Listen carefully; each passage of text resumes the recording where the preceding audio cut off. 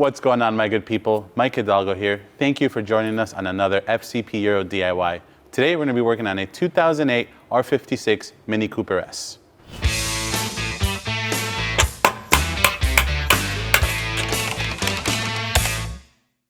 Today on the MINI Cooper S behind me, we're going to be covering how to replace your front suspension. This is going to be applicable to all R56 chassis vehicles, not just the S model behind me.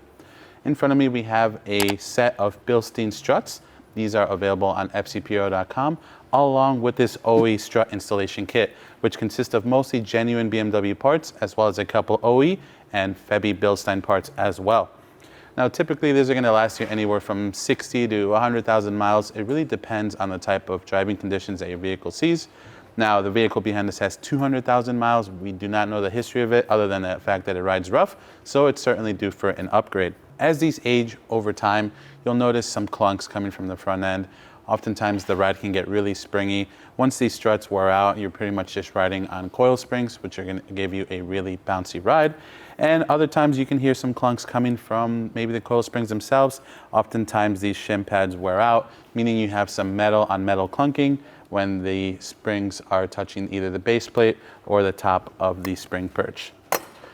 Along with this kit, we also have new mounts, new bellows, and bump stops. Now, sometimes some of these units can be reused, but if you're going through the effort to take these apart to replace your struts, you may as well just replace these extra components. They're just a few extra dollars, and there's cheap insurance. Now, the only thing that we're short here, if you wanted to do, let's say, a coil spring change, maybe some lowering springs, the same parts would still apply. You would just need a set of lowering springs to go with. Regardless, we're going to go ahead and disassemble the old units in the vehicle to show you how to disassemble and reassemble your new struts. But before we go ahead and get into that, let's look at some of the tools we're going to need for this DIY. Aside from your basic ratchets and torque wrenches, you're going to need a socket set that can range from 13 all the way to 21 millimeters. There's going to be a tool list that you can see all the individual tools we'll be using. Some specialty tools I want to note and point out that will make your life easier when doing this DIY is, first of all, a pass-through socket set. We have CTA 7466, which is available on fcpro.com, along with most of the tools in front of me. We also have spreader tool CTA 4006. That's going to help spread the knuckle when you go to remove and install your new struts. PB Blaster or a penetrant fluid of your choice is going to be incredible, especially with a rusty vehicle. We have some liquid moly ceramic paste, which we're going to use for the new struts. Electric tools make this job a lot easier. And most importantly, a spring compressor. If you do not have a spring compressor, you can take your old struts and your new hardware to an independent shop and have them assemble your new struts for you. And lastly, if you're working at home on the ground or in the garage, a floor jack that can be free and moved around is going to be needed. And if you're on the lift like we are today, make sure you have a screw jack that you can work with. But now that we know the tools we're going to be using, let's go ahead and get started with this DIY. To get started, we're going to start by removing our wheel. We have 4 17mm lugs. If your vehicle still has a lock, make sure you have your lock for that. We'll go ahead and zap these off. Now that we have our wheel off, we have a better view of where we're going to be working, which is going to be with the strut right here and the sway bar end link. All right, to get started, we're going to start by freeing up our soft line and ABS cable from the strut itself. There's a couple grommets that hold them in place. For the brake line, you simply pull it towards you, obviously gently, to free up that grommet. Just note the orientation of the line. In this case, it's coming in front of the strut. When you reinstall your new strut, you don't want to leave it behind the strut body. Same thing with the ABS cable. Go ahead and wiggle that out. Now you'll see our car is missing the fender liners. That is not necessary to do this job. This car just doesn't happen to have them. All right. From there, we're going to go ahead and work on removing the sway bar end link nut. Now, this vehicle is equipped with end links that have a counter hold. A 5mm Allen will work for this one. We're going to use a 16mm socket. I have a pass-through socket from that pass-through socket set that we mentioned at the beginning of the video. So we'll go ahead and use that and counter hold the center of our stud with the 5mm hex. Now we have our sway bar end link nut removed. We can go ahead and just pull it out of the strut body. Just kind of let it hang over by the brake line. If you need to zip tie it, I'm going to go ahead and zip tie it off over here just so it doesn't get in our way while we're working. To remove our pinch bolt, I'm going to use an 18mm wrench to counter hold the head of the bolt on the back side. Again, we still have the whole strut assembly turning right now, so we can access the nut on the pinch bolt a little bit easier. We're going to use the 18 on the impact. If you don't have an impact, a large breaker bar will do the trick. Penetrant fluid also helps, especially if you have a rusty vehicle. But I think for this one, we'll let the gun do all the hard work. We recommend you replace the pinch bolts, but if you're gonna be reusing them, just clean them up nicely before reinstalling. All right, now that we have most of the items freed up from the strut, the next thing to do is actually removing the strut from the spindle. We're gonna take our spreader tool and insert it back here on the split portion of the spindle. We'll rotate it, lock it into place, and then it's gonna be a matter of working this off of the strut. We'll have our hammer handy, ready to go, just in case we need it. And again, penetrating fluid is gonna be your friend if they have not been off in a long time. So you can see we're slowly starting to work this off. I'm just gonna keep going at it until we get it off completely. We went ahead and grabbed some penetrating fluid to kind of just give this a better chance at coming off without too much hammering. But anyways, we're gonna continue on. It's been soaking for a few minutes.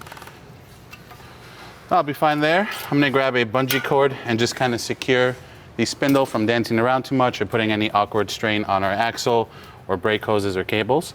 Once we have everything secured down here, we'll hop up into the engine bay and work on removing the 3 nuts that hold the strut to the tower, and we'll pull it out. All right, my good people, under the hood, we're gonna remove 3 13mm nuts that hold our strut mount and strut assembly to the tower of the car. We also have a protective cap that goes over the top of the strut mount here, keeps debris out of the bearing. I'm gonna pop that out first, super simple, while it's in the car still, using a flathead screwdriver. I'm gonna take a 13 on my ratchet just to speed things up a bit. You can use a regular ratchet for this. I'm gonna zap these 3 nuts off. By the time I get to the 3rd nut, I'm gonna grab the body of the strut underneath so I can keep it from falling down on everything and then keeping it off my toes, all that good stuff. So we'll zap 2 off first. Here's our old strut assembly. For those of you that were listening to my intro, I said it was an 08.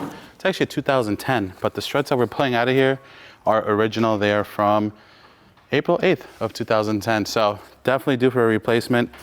You can see how cracked the rubber bushings are, or the bushing portion of the strut mount is on top of here. So definitely worn, not terrible, but let's go ahead and replace them. So find me over at the vise. I'm gonna show you how to compress the spring. We'll go ahead and remove the old spring from our strut assembly and prep it for our new struts. All right, my good people, we are over at the vise. Now, you do not technically need a vise to do this, but since I'm working as a one-man show today, of course, Mark's in the back on the cameras, making me look good.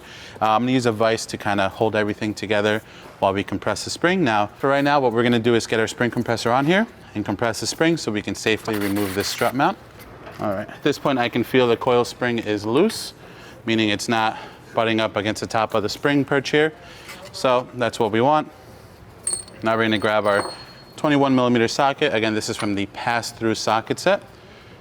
We'll get that in place, ready to rock. That's turning the right way. Now for these old sacks on here, and most likely the new Bilsteins will confirm later, we're gonna use a 6mm hex to counterhold. We have our old nut, we have our old mount.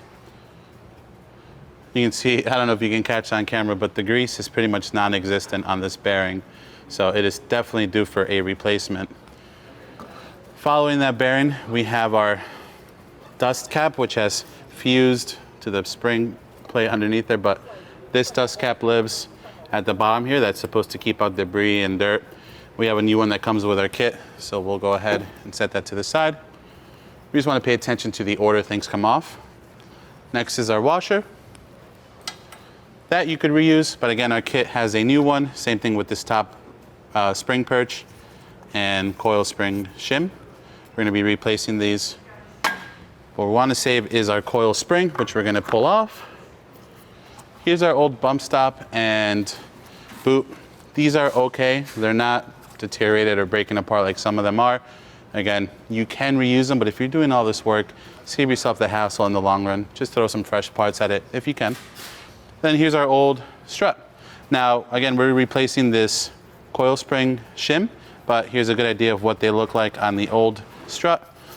We're gonna go ahead and leave that on there. Give me a second, we'll get the new strut in here secured, and we'll go ahead and show you how to assemble it.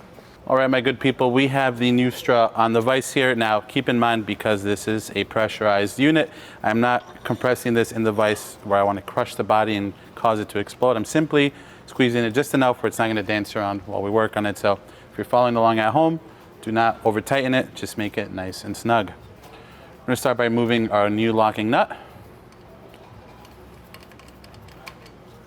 Now we're going to take our lower spring shim and feed that into the strut body. There is oftentimes a little rubber nipple or dowel that you can pull through to kind of lock them into place. This one just has a locating dowel, which we'll use. You can see there's a couple holes on the bottom of the spring perch here. It's only going to go on one way. Just like that, nice and easy. We have our new bump stop and bellow, which we're going to put together.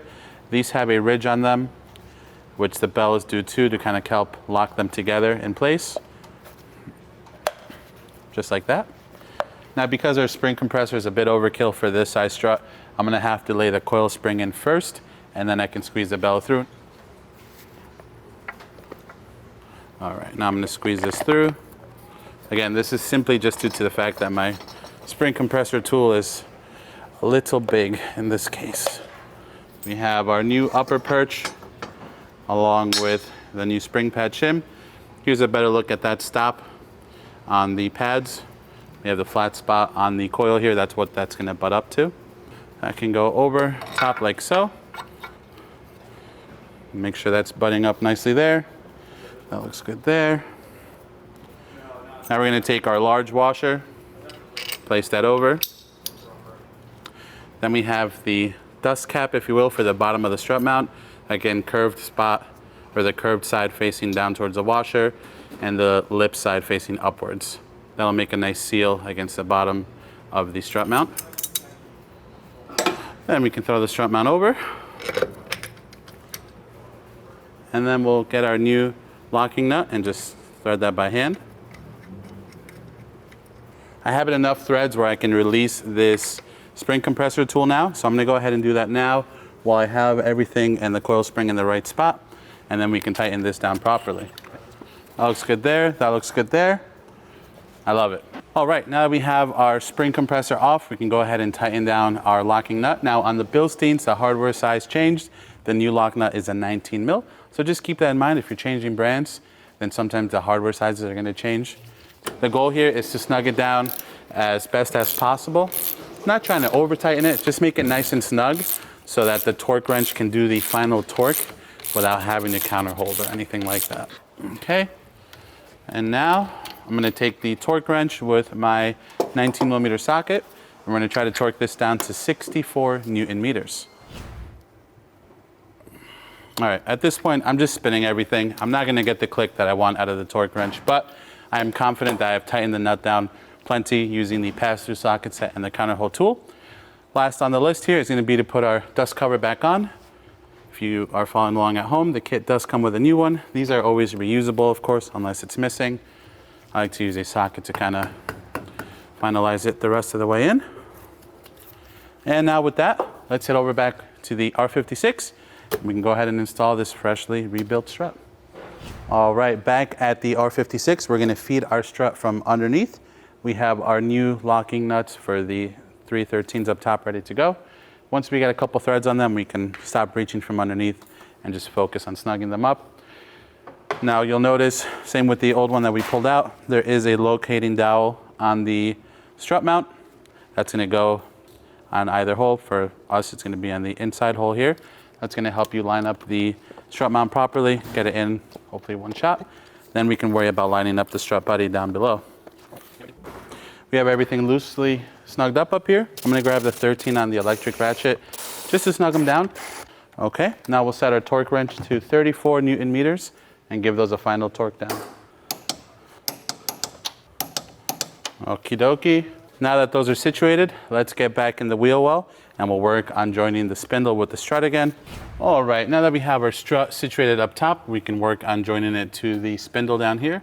So I'm gonna kind of line it up together first, then we're gonna get our spreader tool in here to kind of help ease the entrance of the strut into the spindle. You may be able to see a little bit of white in here. I went ahead and coated everything with some liquid moly ceramic paste, just so that this doesn't seize into the spindle. Next time someone does this job, it can come out a little bit easier. So the key here, which you may or may not struggle with a bit, is keeping this spindle as vertical as possible to line up with the strut. Once you get it, then it'll pretty much self-feed. You wanna make sure that the tang in the back lines up with the split on the back of the spindle. Once you have those lined up, you can continue to compress it. As you can see, I changed the point of my screw jack to push in on the bottom of the spindle itself versus the control arm, because when I pushed up from the control arm, everything just kind of wanted to cock itself towards the front. So just keep that in mind. Straighter, the better for this type of install. Now we've gone ahead and battled the spindle and we got the strut in finally. We can go ahead and use the screw jack or floor jack and just kind of raise everything almost to like ride height. Then from there we can go ahead and tighten down our pinch bolt to 100 Newton meters. Again, 18 millimeter head, 18 millimeter nut. So for now I'm just gonna raise this up a bit more. Make sure that's seated all the way in. Then we'll take our pinch bolt, feed it through the backside. All right, pinch bolt's in. Now I'm gonna go ahead and raise it up a bit more just to make sure we're at full ride height. The pinch bolt does go in through that tang on the back of the strut. So if you go a little too far or you're not bottomed out all the way, the pinch bolt will not go through. So get the pinch bolt through first, then set your ride height. And then go ahead and start your 18 millimeter nut on the other side. All right, we're gonna use a wrench to counter hold and an 18. I'm just gonna use the impact to snug them up quickly, and then we'll go in and torque them down to 100 Newton meters. There we go. Now we have our strut secured, we can go ahead and reinstall our sway bar end link, feed it in through the back. Then we'll get our 16 millimeter nut started on the front. And then similar to how we took it off, we're gonna use our 16 millimeter pass-through socket or wrench. And then we'll use our 5 millimeter hex to counter hold. And we'll snug it up. Now we'll go ahead and torque this down to 65 Newton meters. While I have you here, we can go ahead and just trickle down a bit and resecure our ABS sensor to the small tang here coming off of the strut. There's a channel on the sensor itself, and that key's in there. There we go. I'll rotate this the other way so you can see better. But we have a larger tang or tab coming off of the strut.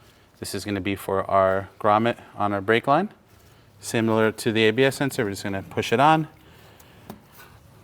And boom, baby. That is one strut fully installed.